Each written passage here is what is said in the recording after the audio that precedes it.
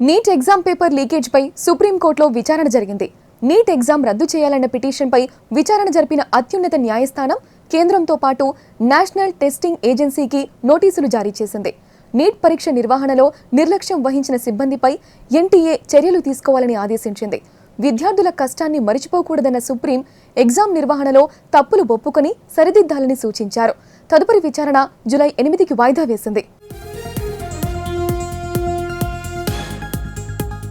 Neat question paper leakage లో కోట్ల రూపాయలు చేతులు మారాయని బీఆర్ఎస్ మాజీ ఎంపీ వినోద్ కుమార్ ఆరోపించారు.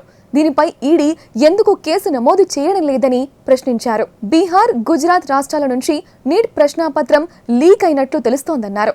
ఇక రాష్ట్రం నుంచి చాలా మంది పిల్లలు నీట్ ఎగ్జామ్ రాస్తున్నా ఇతర రాష్ట్రాల్లో సీటు వస్తే వెళ్లడం లేదన్నారు. నీట్ వల్ల తెలంగాణ స్టూడెంట్స్ కు లాభం జరుగుతుందా లేక నష్టం జరుగుతుందా అనే దానిపై సీఎం రేవంత్ ఎక్స్పర్ట్ కమిటీ వేయాలని సూచించారు. ఇక రాష్ట్రాల వారీగా నీట్ నిర్వహించేలా కేంద్రంపై రాష్ట్ర ప్రభుత్వం ఒత్తిడి తీసుకురావాలని డిమాండ్ చేశారు. బీహార్లో అదేవిధంగా గుజరాత్ రాష్ట్రంలో ఈ రెండు కూడా ఎన్డీఏ పరిపాలించినటువంటి రాష్ట్రాలు.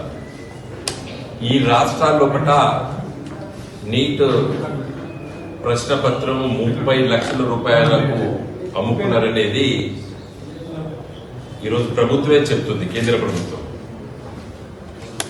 మరి దురదృష్టవశాత్తు మరి అక్కడికే పరిమితమైందని అనుకోవడం లేదు. చాలా రాష్ట్రాల్లో ఈ పేపర్ లీక్ అయి కోట్లాది రూపాయల చేతులు మారినట్టు కూడా చెబుతున్నారు. మరి దీనిపైన ఈడీ ఎందుకు స్పందిస్తుందో అర్థం కావడం లేదు.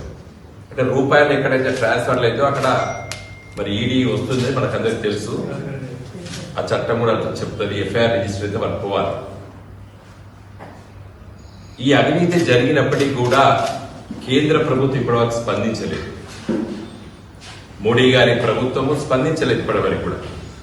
చిన్నారులు 12వ తరగతి పాస్ అయి పరీక్ష రాసినటువంటి లక్షలాది మంది విద్యార్థుల తల్లిదండ్రులు బాధపడుతున్నారు.